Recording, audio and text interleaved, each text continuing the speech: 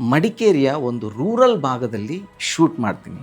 ಅಲ್ಲಿ ಒಂದು ಪ್ರಕೃತಿ ಇಲ್ಲಿವರೆಗೂ ಮಡಿಕೇರಿ ಅಥವಾ ಭಾಗಮಂಡಲ ಈ ಥರದ್ದು ಅಂತಾರೆ ಎಲ್ರಿಗೂ ಫಸ್ಟ್ ಬರುವಂಥದ್ದೇನು ಅಂದರೆ ಹಚ್ಚ ಹಸಿರು, ಆ ಒಂದು ಡಾರ್ಕ್ ಗ್ರೀನ್ ಲ್ಯಾಶ್, ಆ ಮಿಸ್ಟಿ, ಆ ಲ್ಯಾಂಡು, ಆ ಹಿಲ್ಲು, ಈ ಥರದ್ದಾದಂಥ ಒಂದು ಪ್ಲೆಸೆಂಟ್ ಪ್ರಕೃತಿಯ ಮಧ್ಯೆ ಒಂದು ರೋಚಕ ಕತೆ ಹೇಳಿದ್ರೆ ಹೇಗಿರುತ್ತೆ ಪೀಟರ್ನ ಕತೆ ಹೇಳೋದಕ್ಕೆ. ಯಾಕೆಂದರೆ ಪೀಟರ್ ಸಬ್ಜೆಕ್ಟೇ ಪ್ರಕೃತಿ ಮತ್ತು ಮನುಷ್ಯನ ಮನಸ್ಥಿತಿಯ ಒಂದು ಜುಗಲ್ಬಂದಿ. ಅದು ಹೇಗೆ ನಮ್ಮ ನಟರುಗಳು, ನಮ್ಮ ಟೆಕ್ನಿಷಿಯನ್ಸು, ನಮ್ಮ ಬೇರೆ ಬೇರೆ ವಿಭಾಗದವರು ಅಥವಾ ಡಿಪಾರ್ಟ್ಮೆಂಟ್ ಅವರು ಹೇಗೆ ನಮಗೆ ಸಪೋರ್ಟ್ ಮಾಡ್ತಾರೆ, ನಿರ್ಮಾಪಕರುಗಳಾಗಿ ಯಾರೇ ಆಗಲಿ ಸಪೋರ್ಟ್ ಮಾಡ್ತಾರೆ. ನನಗೆ ಇನ್ನೊಂದು ದೊಡ್ಡ ಸಪೋರ್ಟ್ ಆಗಿದ್ದು ನೇಚರ್.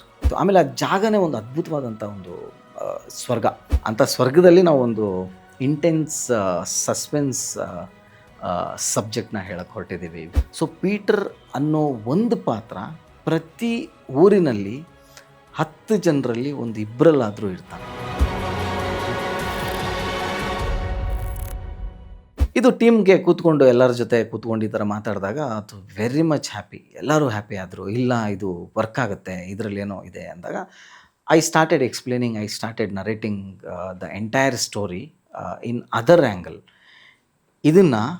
ಈ ಕಥೆನ ಮಡಿಕೇರಿಯ ಒಂದು ರೂರಲ್ ಭಾಗದಲ್ಲಿ ಶೂಟ್ ಮಾಡ್ತೀನಿ. ಅಲ್ಲಿ ಒಂದು ಪ್ರಕೃತಿ ಇಲ್ಲಿವರೆಗೂ ಮಡಿಕೇರಿ ಅಥವಾ ಭಾಗಮಂಡಲ ಈ ಥರದ್ದು ಅಂತಾರೆ ಎಲ್ರಿಗೂ ಫಸ್ಟ್ ಬರುವಂಥದ್ದೇನು ಅಂದರೆ ಹಚ್ಚ ಹಸಿರು, ಆ ಒಂದು ಡಾರ್ಕ್ ಗ್ರೀನ್ ಲ್ಯಾಶ್, ಆ ಮಿಸ್ಟಿ, ಆ ಲ್ಯಾಂಡು, ಆ ಹಿಲ್ಲು, ಈ ಥರದ್ದು ಒಂದಿತ್ತು. ಈ ಥರದ್ದಾದಂಥ ಒಂದು ಪ್ಲೆಸೆಂಟ್ ಪ್ರಕೃತಿಯ ಮಧ್ಯೆ ಒಂದು ರೋಚಕ ಕತೆ ಹೇಳಿದ್ರೆ ಹೇಗಿರುತ್ತೆ ಅನ್ನೋದು ಬೇಸಿಕ್ ಐಡಿಯಾ ಆಗಿತ್ತು.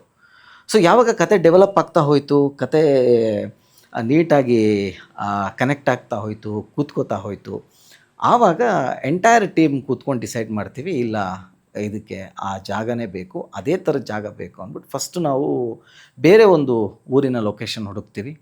ಸೊ ನಾವು ಇಡೀ ಟೀಮ್ ಹೋಗ್ತೀವಿ, ಬೇರೆ ಒಂದು ಊರಿನ ಲೊಕೇಶನ್ ಹೋಗ್ತೀವಿ. ಬಟ್ ನನಗೆ ಅದು ಅಷ್ಟು ವರ್ಕ್ ಆಗ್ತಾ ಇರಲ್ಲ. ಸೊ ಮಾಡ್ಬೋದಿತ್ತೇನೋ, ಬಟ್ ಏನು ಕತೆ ಚಿತ್ರಕಥೆಯಲ್ಲಿ ಏನಿದೆ ಅದಕ್ಕೆ ಏನು ಬೇಕಾಗಿತ್ತು ಅದು ಸಿಗ್ತಾ ಇರಲಿಲ್ಲ. ಸೊ ಒಂದಿನ ಹೀಗೆ ನಮ್ಮ ಆ್ಯಕ್ಟ್ರ್ ನಮ್ಮ ಸಿನಿಮಾದಲ್ಲೂ ಮಾಡಿದ್ದಾರೆ ರಕ್ಷಿತ್ ಅಂತ. ಸೊ ಅವ್ರಿಗೆ ಫೋನ್ ಮಾಡಿದಾಗ ಈ ಥರದ್ದೊಂದು ಜಾಗ ಏನೋ ಬೇಕು ಅಂದಾಗ ದೆನ್ ಅವ್ರು ನಮಗೆ ಸಜೆಸ್ಟ್ ಮಾಡ್ತಾರೆ, ಈ ಥರದ್ದೊಂದು ಜಾಗ ಇದೆ, ನಾನು ಫೋಟೋ ಕಳಿಸ್ತೀನಿ ನೋಡಿ ಅಂತ. ನಮ್ಮ ನಾವು ಎಲ್ಲ ಕೂತ್ಕೊಂಡು ನೋಡಿದಾಗ ಪರ್ಫೆಕ್ಟಾಗಿತ್ತು.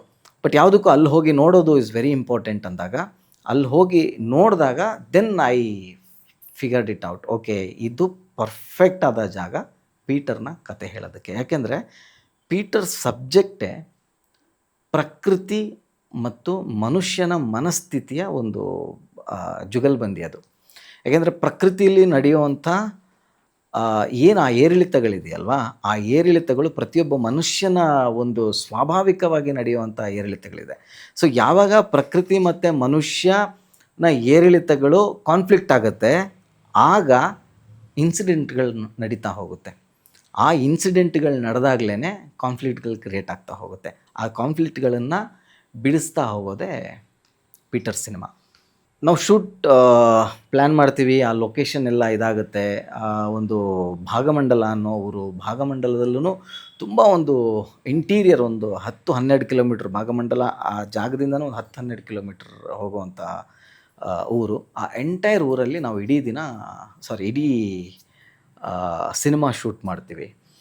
ಆ್ಯಂಡ್ ಈ ಸಿನಿಮಾಗೆ ನಾನು ಒಂದು ವಿಷಯ ಹೇಳಬೇಕು.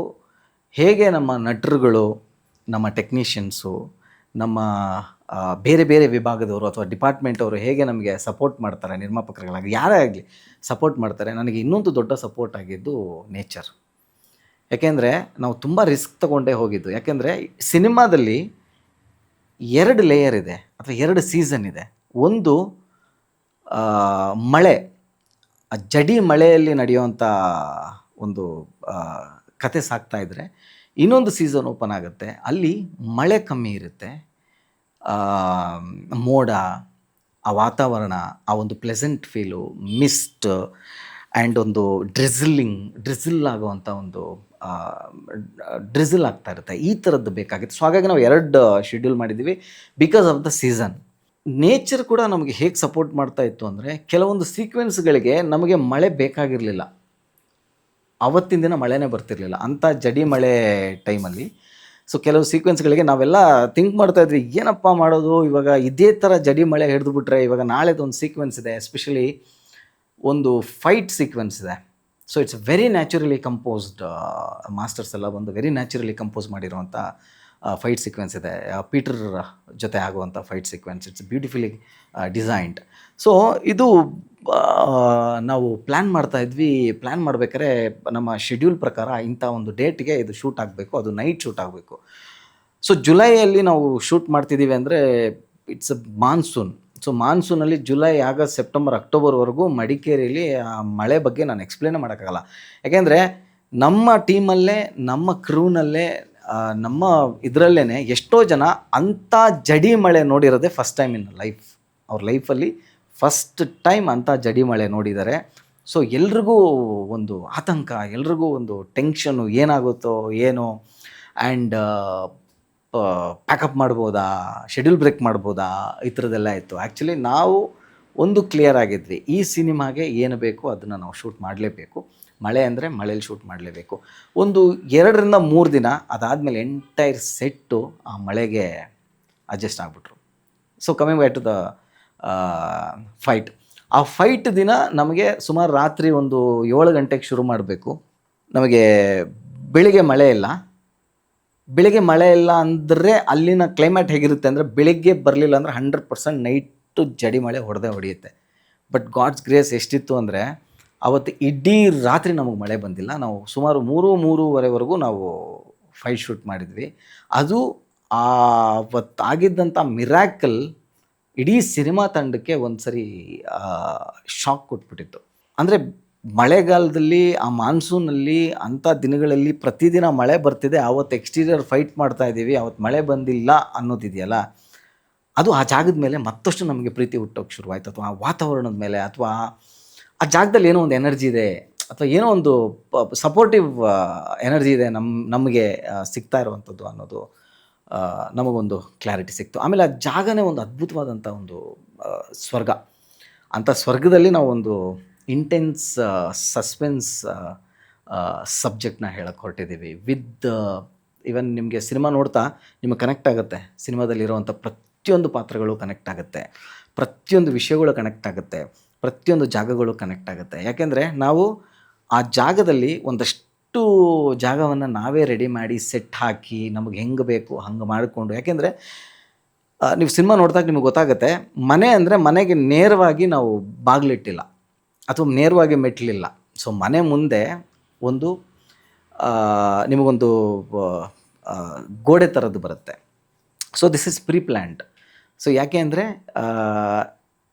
ನಾವೇನೋ ಬೇರೆ ಥರದ್ದೇನೋ ಮಾಡಬೇಕು, ಮತ್ತು ಅದು ಅಲ್ಲಿಯ ಲೊಕ್ಯಾಲಿಟಿಗೆ, ಅಲ್ಲಿಯ ಜಾಗಕ್ಕೆ ಅದು ಪರ್ಫೆಕ್ಟಾಗಿ ಸೂಟ್ ಆಗಿರಬೇಕು. ಯಾಕೆಂದರೆ ಆ ಮನೆಯ ಬ್ಯಾಕ್ ಡ್ರಾಪ್ ಆಗಲಿ, ಆ ಮನೆಯ ಅಕ್ಕಪಕ್ಕದ ಒಂದು ಎನ್ವೈರ್ನ್ಮೆಂಟ್ ಆಗಲಿ, ಸೊ ಅಥವಾ ಸುತ್ತಳತೆ, ಅಥವಾ ಏನಂತಾರೆ ಆ ಓವರಾಲ್ ಇನ್ಫ್ರಾಸ್ಟ್ರಕ್ಚರ್ ಆಗಲಿ, ಅದು ನಿಮಗೆ 100% ಕನೆಕ್ಟ್ ಆಗುತ್ತೆ. ಅದರಲ್ಲಿ ಯಾವುದೇ ಡೌಟ್ ಇಲ್ಲ.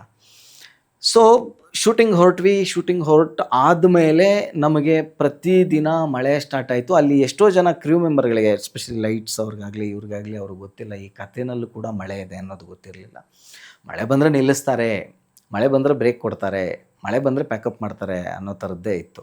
ಯಾವಾಗ ಮಳೆನಲ್ಲೂ ನಾವು ಶೂಟ್ ಮಾಡೋಕ್ಕೆ ಸ್ಟಾರ್ಟ್ ಮಾಡಿದ್ವಿ, ಆವಾಗ ಒಂದು ಸ್ವಲ್ಪ ಅವರೂ ಗಟ್ಟಿ ಆಗ್ತಾ ಹೋದರು. ಇಲ್ಲ, ಇದು ನಾವು ಮಳೆನಲ್ಲೇ ಮಾಡುವಂಥ ಪಿಕ್ಚರು, ಸೊ ಮಳೆನಲ್ಲೇ ಹೋಗ್ತಿರುವಂಥ ಪಿಕ್ಚರ್ ಅನ್ನೋದು ಯಾವಾಗ ಗೊತ್ತಾಯಿತು.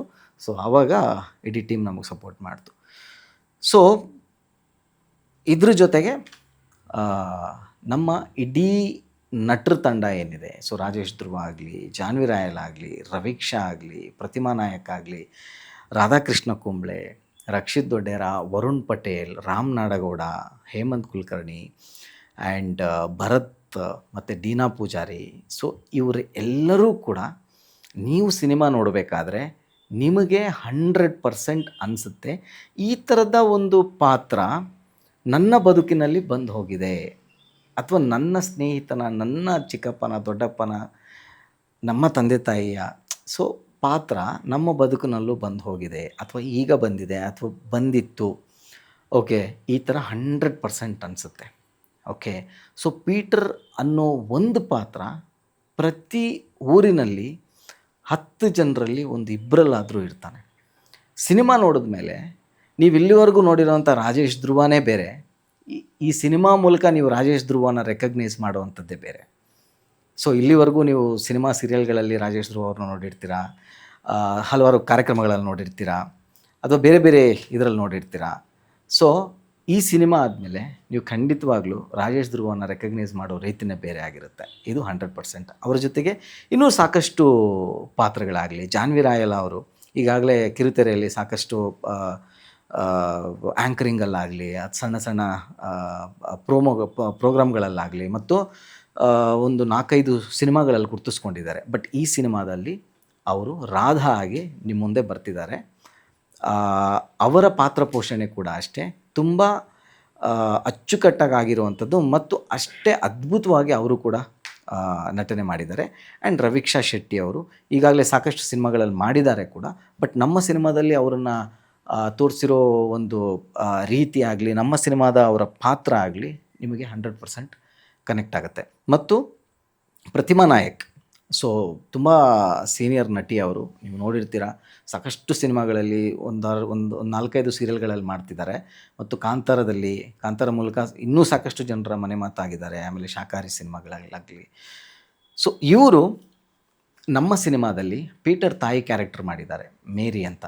ಸೊ ಈ ಕ್ಯಾರೆಕ್ಟರು ನೀವು ಸಿನಿಮಾ ಮುಗಿಸಿ ಹೋಗೋಷ್ಟರಲ್ಲಿ ನಿಮ್ಮನ್ನು ಹಾಂಟ್ ಮಾಡುತ್ತೆ.